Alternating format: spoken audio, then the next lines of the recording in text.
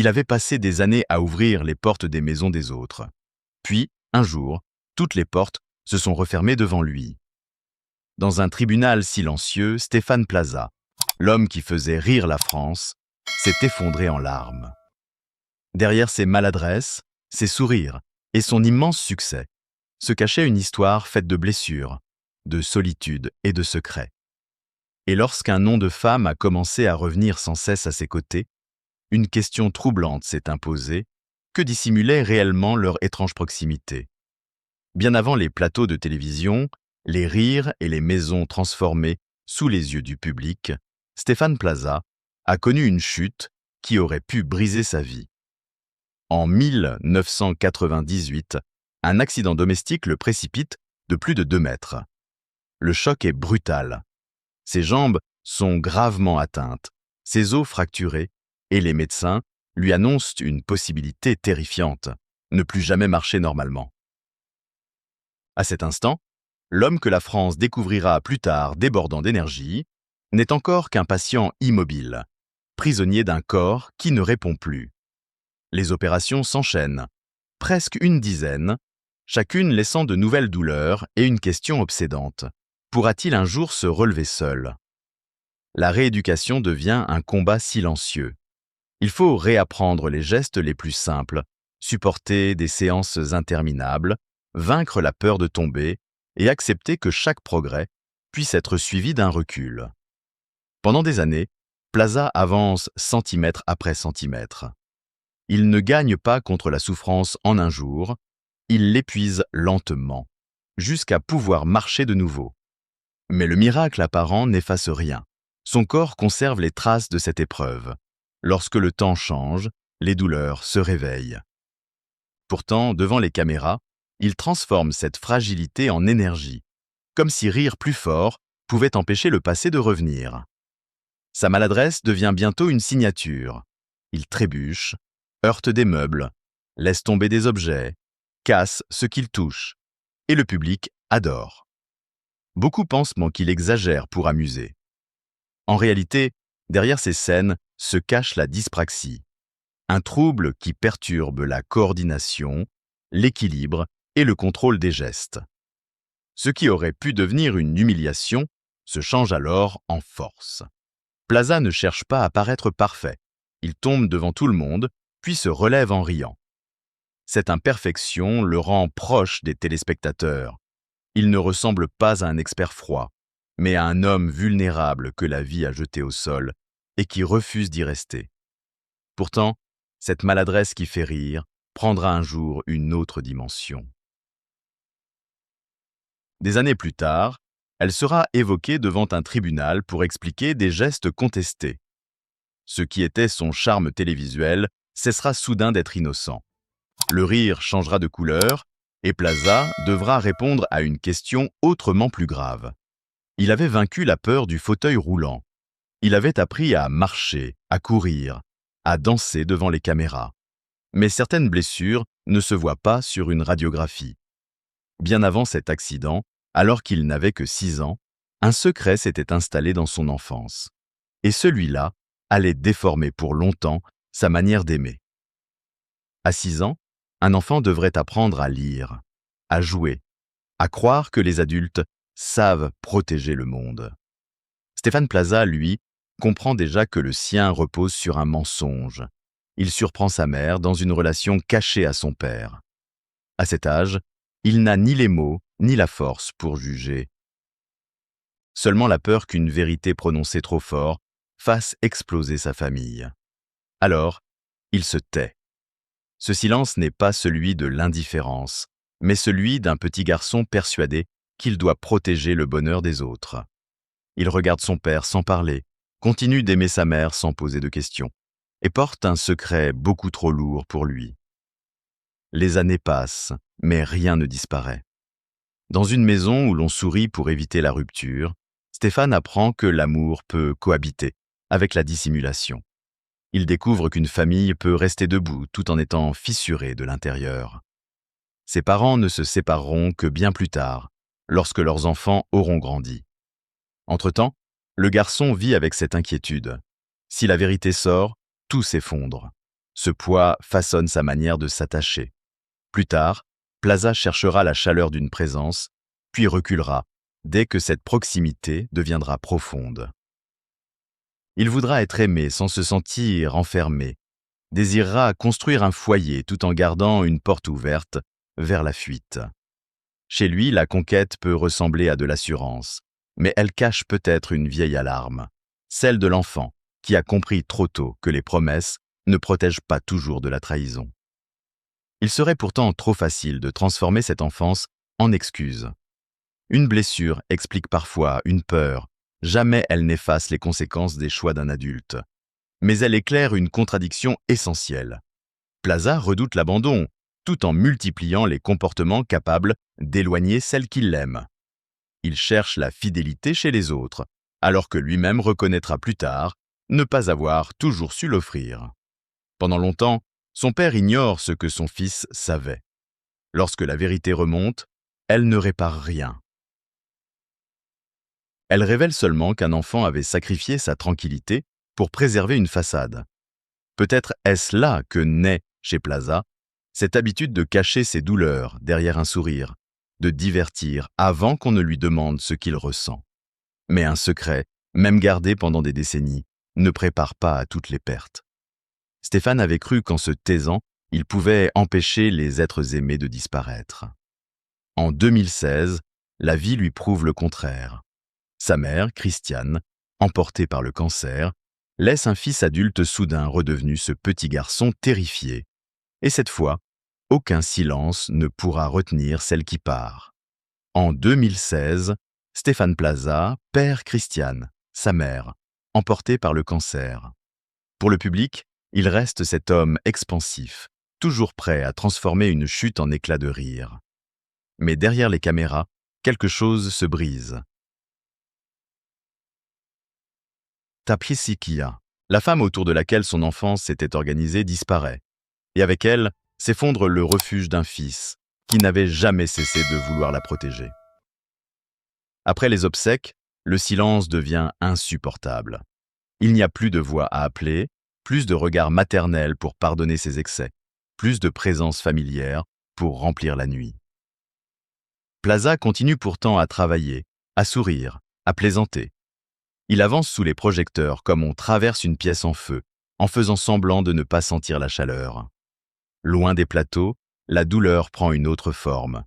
Il reconnaîtra être tombé dans une profonde dépression et avoir cherché refuge dans l'alcool, les sorties et le bruit. Boire, rire plus fort, entourer sa solitude de visage. Tout devient une manière de retarder l'instant où il devra rentrer seul. Lorsque les invités partent, le deuil reprend sa place, immense et impossible à distraire. C'est peut-être là que son besoin de séduire devient plus visible. Plaza aime conquérir, plaire, sentir qu'on le regarde encore. Il multiplie les élans, parfois les relations, comme si chaque attention pouvait combler quelques secondes le vide laissé par sa mère.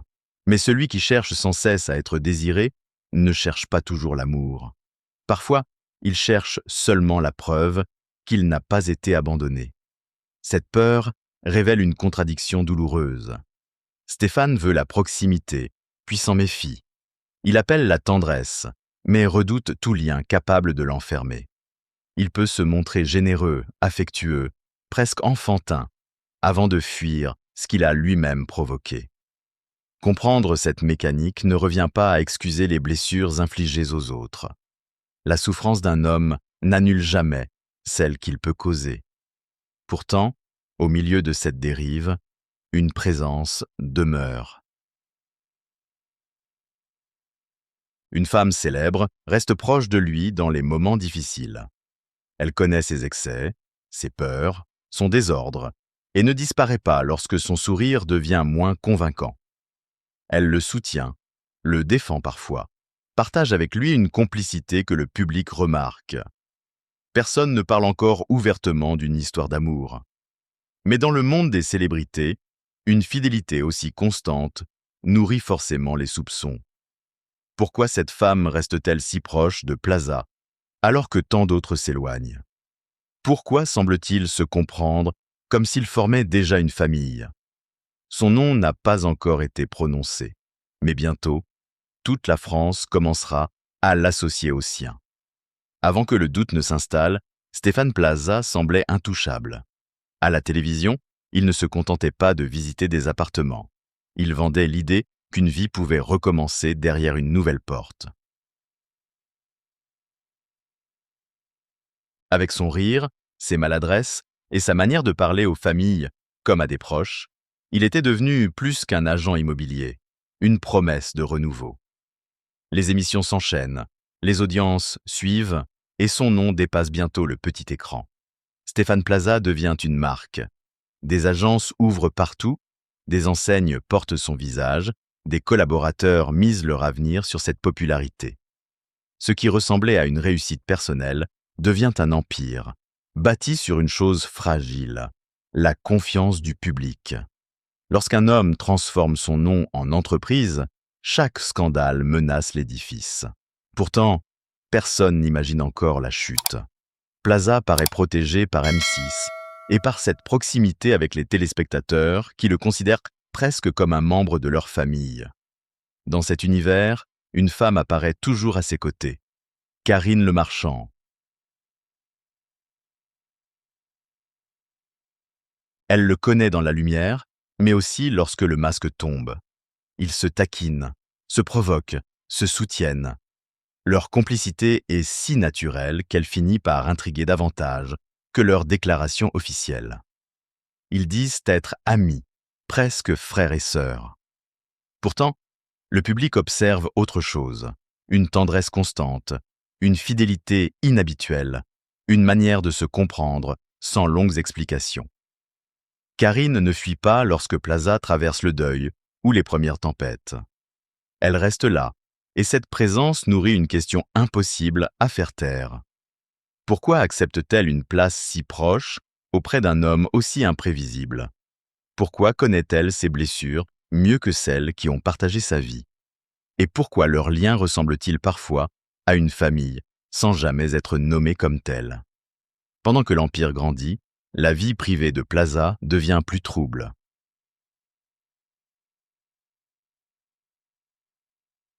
L'homme qui aide les autres à trouver un foyer reconnaît qu'il ne sait pas toujours construire le sien. La séduction devient une habitude, la fidélité une zone incertaine, et derrière le personnage rassurant apparaissent les premières fissures. Puis, au moment où sa réputation vacille, une rumeur franchit un seuil inattendu. Il ne s'agirait plus seulement d'une amitié secrètement amoureuse. Certains murmurent que Stéphane Plaza et Karine Le Marchand auraient à cacher une histoire bien plus intime, et même la naissance d'un enfant. Dès lors, leur complicité ne sera plus regardée de la même manière. La France voudra savoir si ce récit révèle enfin la vérité, ou seulement le mensonge parfait dont le public avait besoin. La rumeur avait tout pour séduire. 2 visages populaires, une complicité visible, des confidences, des gestes tendres. Il n'en fallait pas davantage pour que certains imaginent, entre Stéphane Plaza et Karine Le Marchand, une histoire cachée. Puis le récit a pris une dimension plus troublante. On a commencé à murmurer qu'ils auraient non seulement vécu un amour secret, mais qu'un enfant serait né de cette relation, loin des caméras, protégé par le silence. Une révélation presque trop parfaite, celle d'un homme en chute libre qui aurait conservé, derrière toutes les tempêtes, une famille cachée et un refuge intact. Chaque détail de leur amitié a alors été relu comme un indice. Leur manière de rire ensemble, les mots affectueux, la défense de Karine lorsque Plaza traversait des épreuves, cette impression qu'elle connaissait ses faiblesses mieux que quiconque. Pour beaucoup, une telle proximité ne pouvait pas rester une simple amitié. Le public ne voyait plus 2 amis, il voulait voir 2 amants qui refusèrent d'avouer. Mais une rumeur devient dangereuse lorsqu'elle remplace les faits. Karine Le Marchand a plusieurs fois expliqué que Stéphane Plaza était son ami le plus proche, presque un frère, et non son compagnon. Elle a même plaisanté sur leurs caractères opposés, affirmant qu'elle ne supporterait ni son désordre, ni ses habitudes dans une vie de couple. Quant à l'existence d'un enfant commun, aucun élément crédible ne l'a jamais démontré.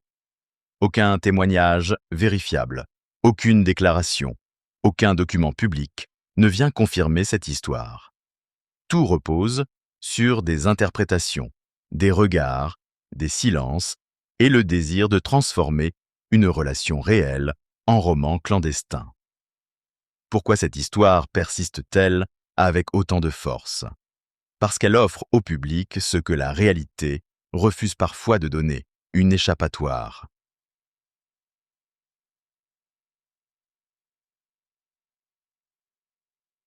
L'idée qu'au milieu des accusations, de la solitude et de l'effondrement professionnel, Plaza aurait encore quelque part une femme fidèle, un enfant et une maison secrète, rend sa chute moins brutale. Mais les plus beaux récits sont parfois ceux auxquels il faut le moins croire. Karine peut être une amie essentielle, une présence durable, capable de voir l'homme derrière le personnage.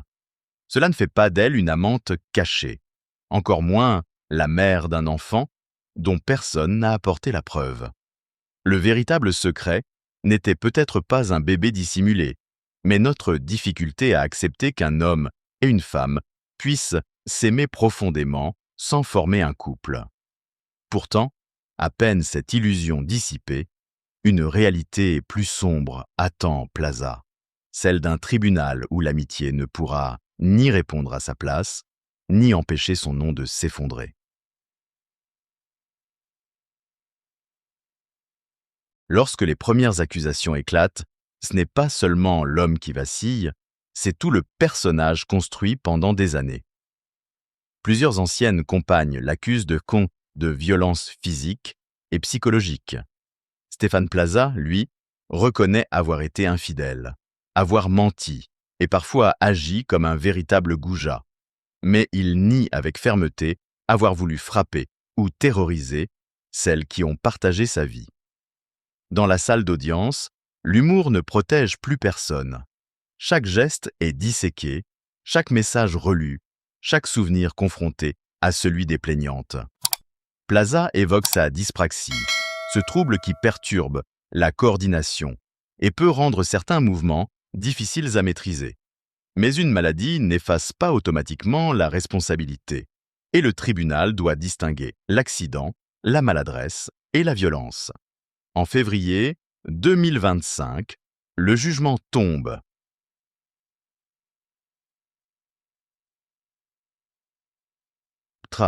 Il est condamné en première instance à 12 mois de prison, avec sursis pour des violences commises sur une ancienne compagne, tandis qu'il est relaxé concernant les faits dénoncés par une seconde femme. Il fait appel. Juridiquement, l'affaire n'est donc pas terminée. Pourtant, dans l'opinion publique, la sentence semble déjà définitive. Au moment d'entendre la décision, l'homme qui avait toujours occupé l'espace s'effondre. Il s'agrippe à la rambarde, baisse la tête et éclate en sanglots.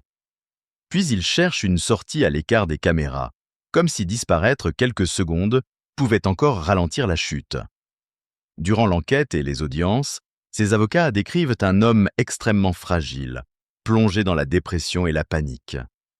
Plaza racontera avoir traversé un instant terrifiant sur le balcon de son appartement, au 6e étage, avec l'idée d'en finir. Ce qui l'aurait retenu n'était pas seulement la peur de mourir, mais celle que son geste soit interprété comme un aveu. Cette détresse doit être entendue, sans jamais servir à effacer la parole de celle qui l'accuse. La douleur d'un prévenu et celle des plaignantes peuvent exister en même temps. C'est précisément ce qui rend cette affaire si lourde. Il ne s'agit plus de choisir entre un monstre et une victime parfaite, mais d'examiner des faits au milieu de vies déjà brisées. En appel, Plaza décrit son existence comme un enfer. Il dit ne plus oser marcher dans la rue, craindre les insultes, les regards et les accusations lancées par des inconnus. Mais le plus violent reste encore à venir. Car une condamnation attachée à son nom ne s'arrête pas aux portes du tribunal. Elle se propage jusqu'aux studios de télévision et aux centaines d'agences qui portent son visage. Après le verdict, la chute ne reste pas enfermée dans la salle d'audience. Elle traverse les couloirs de M6, atteint les grilles de programme, puis frappe les agences portant le nom de Stéphane Plaza. Celui qui semblait indissociable de la chaîne disparaît peu à peu de l'écran. Maison à vendre, recherche appartement ou maison. Les émissions qui avaient bâti sa légende sont arrêtées ou écartées. Le silence de la télévision est brutal. Pendant près de 20 ans, son visage avait rassuré des familles et fait rire des millions de téléspectateurs. Désormais, ce même visage devient un risque. Chaque rediffusion ravive la polémique. Chaque enseigne attire les regards, parfois les insultes. Dans plusieurs villes, des agences se sont dégradées, couvertes de tags ou prises pour cible. Des franchisés racontent les pertes, les clients qui hésitent, les contrats qui disparaissent. Certains avaient investi toutes leurs économies dans une marque qu'ils croyaient solide. Ils découvrent une vérité cruelle. Lorsqu'une entreprise repose sur la réputation d'un seul homme, sa chute entraîne aussi ceux qui n'ont jamais partagé ses choix.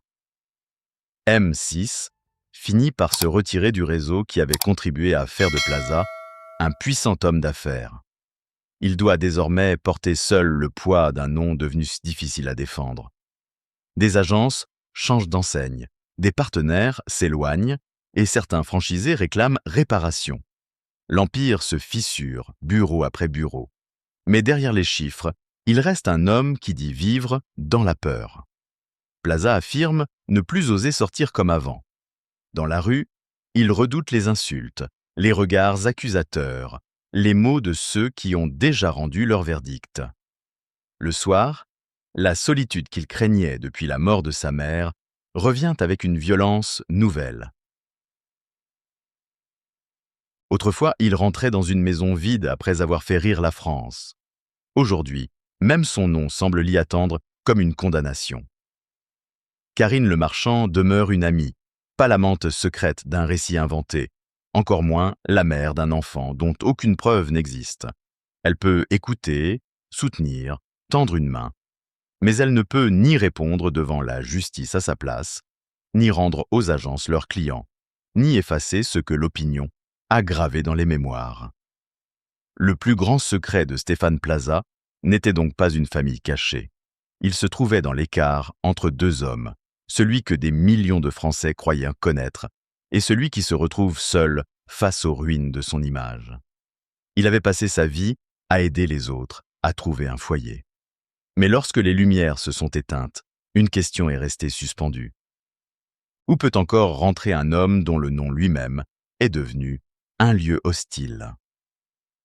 Stéphane Plaza laisse derrière lui l'image d'une maison frappée par la tempête. Les blessures de l'enfance, la perte de sa mère et ses fragilités éclairent son parcours, mais elles ne peuvent effacer la responsabilité ni la douleur des autres. Karine Le Marchand n'est pas le secret d'un enfant caché, seulement celui d'une amitié que le public a transformée en romance. Désormais, une seule question demeure. Peut-on reconstruire sa vie lorsque le nom qui vous a rendu célèbre est devenu votre plus lourd fardeau ?